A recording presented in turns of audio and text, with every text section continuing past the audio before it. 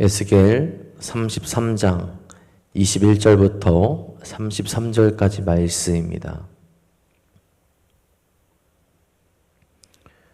오늘 이 시간 우리 주신 하나님의 말씀 다 같이 한 목소리로 받들어 읽도록 하겠습니다.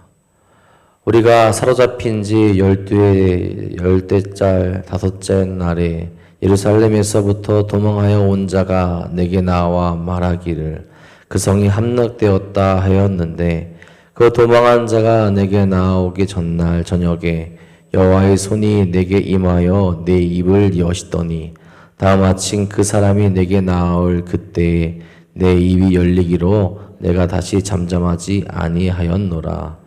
여호와의 말씀이 내게 임하여 이르시되, 인자야, 이 이스라엘의 이 황폐한 땅에 거주하는 자들이 말하여 이르기를 아브라함은 오직 한 사람이라도 이 땅을 기업으로 얻었나니 우리가 많은즉 더욱 이 땅을 우리에게 기업으로 주신 것이 되느니라 하는도다.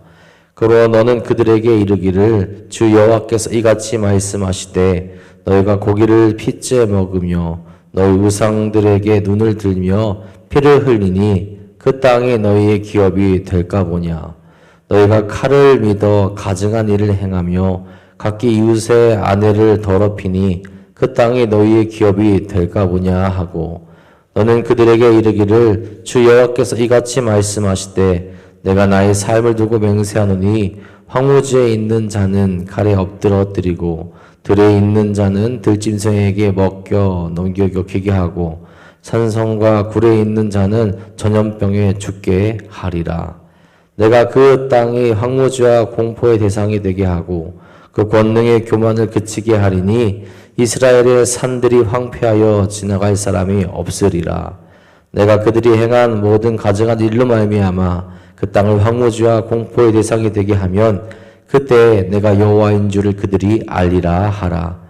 인자야, 내 민족이 담 곁에서와 집 문에서 너에 대하여 말하여 각각 그 형제와 더불어 말하여 이르기를, 자 가서 여호와께로부터 무슨 말씀이 나오는가 들어보자 하고, 백성이 모이는 것 같이 내게 나오며 내 백성처럼 내 앞에 앉아서 내 말을 들으나 그대로 행하지 아니하니 이는 그 입으로는 사랑을 나타내어도 마음으로는 이익을 따름이라.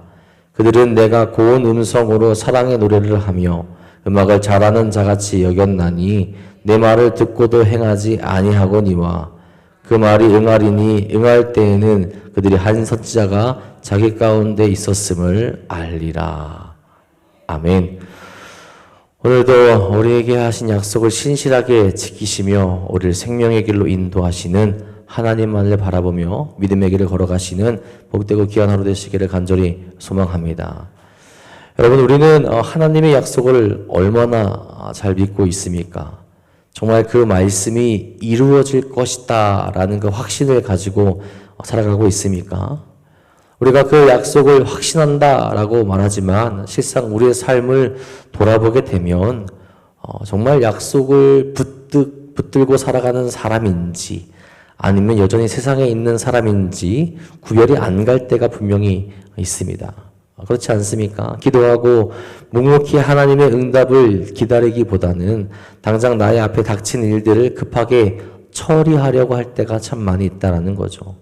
하나님의 약속을 믿고 멀리 바라다 보기보다는 현재의 일에 힘들어하며 하나님의 소망의 길을 걸어가지 못할 때가 참 많다라는 겁니다. 이런 모습이 우리의 현실이 될 때가 참 많이 있죠. 오늘 우리 삶에 다시 약속하시며 신실하심을 보여주실 하나님을 신뢰하며 그 거룩한 길로 나아가는 우리 모두가 될 수 있기를 간절히 소망합니다. 오늘 우리가 읽은 에스겔 33장의 말씀은 선지자 에스겔의 사역과 이스라엘 역사에서 매우 결정적인 분기점이 됩니다.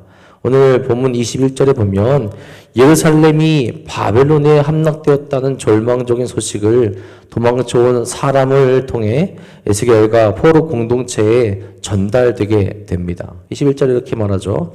우리가 사로잡힌 지 열두째 해 열째 달 다섯째 날에 예루살렘에서부터 도망하여 온 자가 내게 나와 말하기를 그 성이 함락되었다 하였는데, 하나님의 심판 경고가 마침내 참혹한 역사적 현실로 다가오는 순간이 되는 겁니다. 그동안 어찌 보면 에스겔의 경고 혹은 그 뒤에 그 전에 있었던 수많은 선지자들의 경고를 헛소리로 치부하고 비웃던 이들에게 이 소식은 하늘이 무너지는 듯한 강한 충격이 되었을 겁니다. 그러나 예루살렘의 파멸 소식을 들은 백성들은 그들의 반응은 어땠느냐? 안타깝게도 하나님께서 기대하신 참된 회개가 일어나지 않았다라는 거예요. 유다 땅에 남겨진 자들이나 이미 바벨론에 포로로 끌려와 있던 자들이나 모두 비극적인 신앙의 착각 속에 그들이 빠져 있었다라는 겁니다. 경고가 주어졌고 경고가 이루어졌는데도 불구하고 그들의 삶 가운데 변하고 있는 것이 보이지 않는다라는 거예요. 오늘 우리의 모습도 이러지 않는가 생각해 봐야 합니다. 하나님께서 말씀으로 때는 우리에게 경고하실 때도 있고요. 우리 삶 가운데 때론 고난을 주셔서 경고하실 때도 분명히 있는데 우리의 삶의 모습이 변하지 않고 하나님께 돌이키지 못하고 있는 것은 아닌가 생각해 볼 수 있어야 된다는 겁니다. 오늘 본문에는 두 가지의 부류가 등장하게 됩니다. 이 두 가지의 부류의 사람들을 바라보며 우리 역시 말씀을 들으면서도 정작 변화되지 않는 열정이 식고 신실함을 잃어버리진 않았는지 스스로 깊이 돌이킬 수 있는 귀한 시간 될 수 있길 간절히 바랍니다. 첫 번째로 보여지는 부류는 예루살렘이 멸망하고 그 황폐해진 유다 땅에 남겨진 백성들의 모습입니다. 그들은 자신들이 처한 비극 앞에서도 회개하기는커녕 이렇게 말하며 스스로 안위했습니다. 여전히 그들의 특권 의식만을 가지고 거룩하지 않은 신앙의 모습을 보이며 살아가고 있었다라는 거죠. 24절에 말합니다. 인자야 이 이스라엘의 이 황폐한 땅에 거주한 자들이 말하여 이르기를 아브라함은 오직 한 사람이라도 이 땅을 기업으로 얻었나니 우리가 많은즉 더욱 이 땅을 우리에게 기업으로 주신 것이 되느니라 하는도다. 그들은 자신들이 아브라함의 자손이라는 혈통적, 신앙적 특권을 내세워 여전히 이 땅의 주인이 자신들이라고 주장합니다. 뿐만 아니라 아브라함보다 더 많은 땅을 얻게 될 것이다 라는 그런 신앙적인 어리석음 가운데 빠져 있다는 거예요. 여러분 이것이 얼마나 어리석은 모습입니까?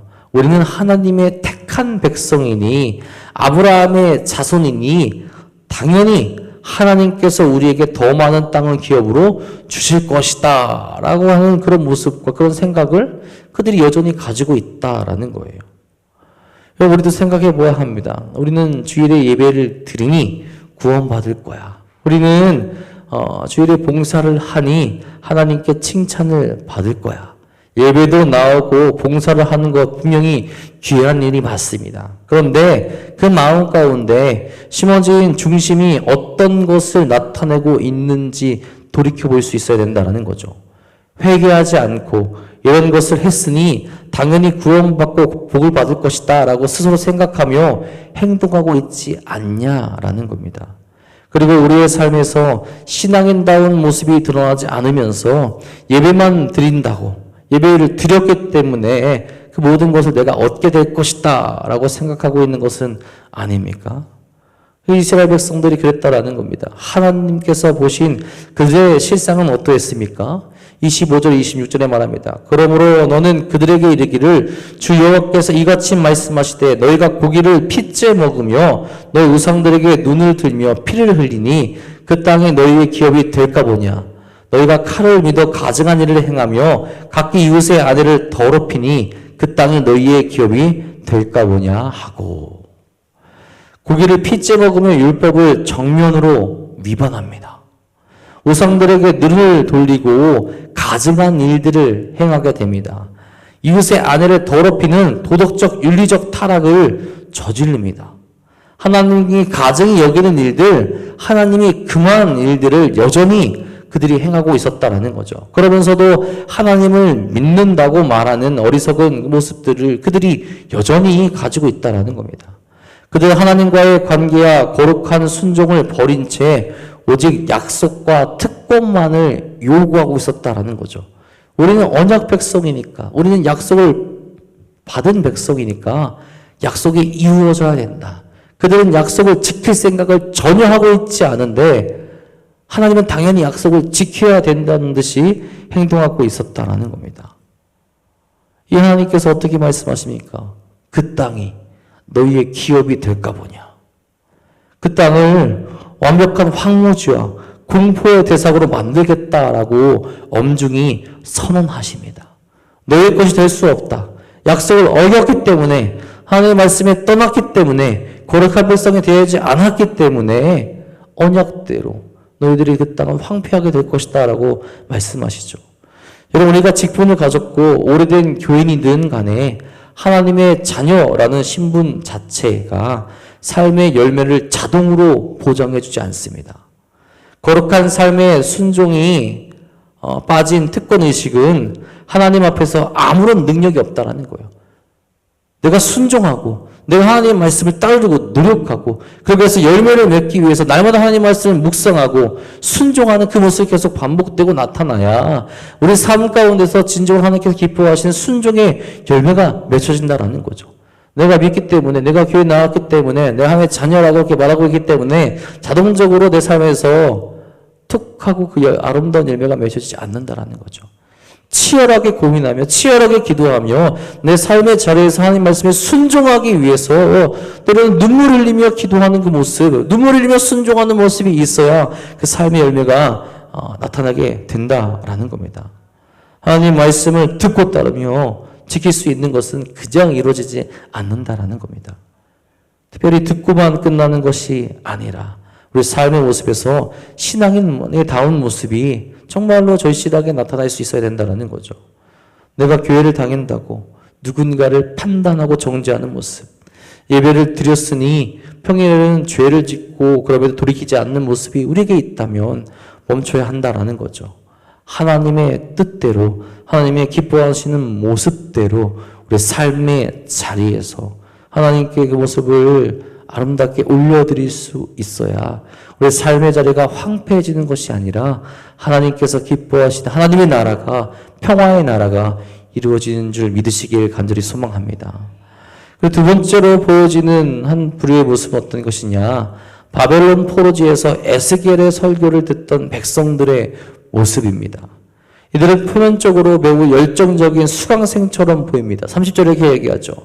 인자야, 내 민족이 담 곁에서와 집 문에서 너에 대하여 말하여 각각 그 형제와 더불어 말하여 이르기를, 자, 가서 여호와께로부터 무슨 말씀이 나오는가 들어보자 하고.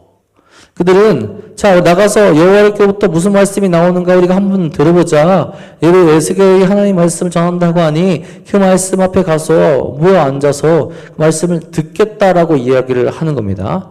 그러나 하나님께서는 그들의 화려한 겉모습 속 숨겨진 속마음을 정확하게 파헤치십니다. 정말 하나님의 말씀을 듣고 싶어서, 하나님의 말씀을 따르고 싶어서 하나님의 백성으로 돌아가기 위해서, 회개하기 위해서 그 자리에 모인 것이 아니라는 거예요. 31절, 32절에 이렇게 말합니다.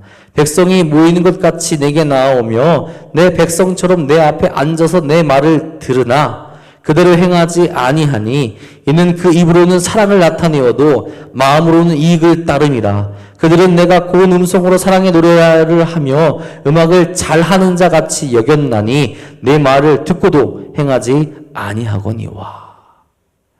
이들은 에스겔의 설교를 자신의 생명을 살리는 하나님의 엄중한 경고로 들은 것이 아니었습니다. 단지 감상하기 좋은 사랑의 노래나 감성을 자극하는 멋진 음악 연주하는 것처럼 그 설교의 시간, 그 말씀의 시간을 소비하고 있었던 거죠. 설교의 은혜를 논하고 설교자의 메시지에 고개를 끄덕였을지는 모르지만 예배당 문을 나서는 그 순간 그들의 마음은 여전히 자신들의 탐욕과 욕망을 쫓아가고 있었다라는 겁니다. 여러분 그 이야기 잘 아시죠? 이제 샤를 블룽댕이라는 사람이 있었는데 이 사람이 외줄타기의 명인이었다고 합니다.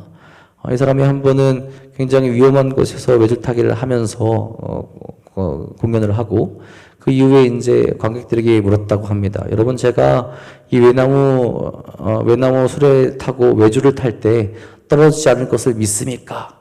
다 믿었다고 해요. 그래서 그걸 믿으시는 분들은 그럼 저와 함께 같이 이 외주를 탑시다라고 불렀대요. 제가 안고 탈 테니까. 손든 사람이 있었을까요? 아무도 없었다고 합니다. 믿는다고는 하지만 행동으로는 보이지 못한다라는 거예요. 그들은 그저 재미를 위해 모여있는 구경꾼에 불과했다라는 겁니다. 여러분, 우리의 믿음이 이렇진 않습니까? 하나님 믿습니다. 하나님 그것이 맞습니다 하면서 구경꾼으로 그냥 관객석에 앉아있는 관객으로 끝날 때가 있지 않냐는 겁니다. 듣는 것으로 끝나는 것이 아니라 우리가 순종하며 반응할 수 있어야 한다라는 거죠. 여러분, 오늘 에스겔 시대의 백성들이 바로 이런 모습을 보이고 있었다라는 겁니다. 말씀을 듣는다 이야기하지만 여전히 우상을 사랑하며 피를 마시며 하나님의 정면으로 배반하는 모습. 하나님 말씀을 듣는다라고 그 자리에 나아갔지만 관객석에 앉아있는 사람들의 모습이었다라는 거죠. 그들은 에스겔의 메시지에 탐복하고 설교를 들으며 감정적인 만족만을 누렸다라는 겁니다. 정작 자신의 삶을 하나님의 수레 위에 맡기고 순종의 발걸음을 내딛는 일에는 아무도 동참하지 않는다라는 거죠. 오늘 이 새벽 우리에게 엄중한 질문을 던집니다. 나는 하나님의 말씀을 생명의 법으로 받들고 삶으로 살아가는 제자입니까? 아니면 그저 관객석에 앉아 말씀을 감상하고 평가하는 구경꾼입니까?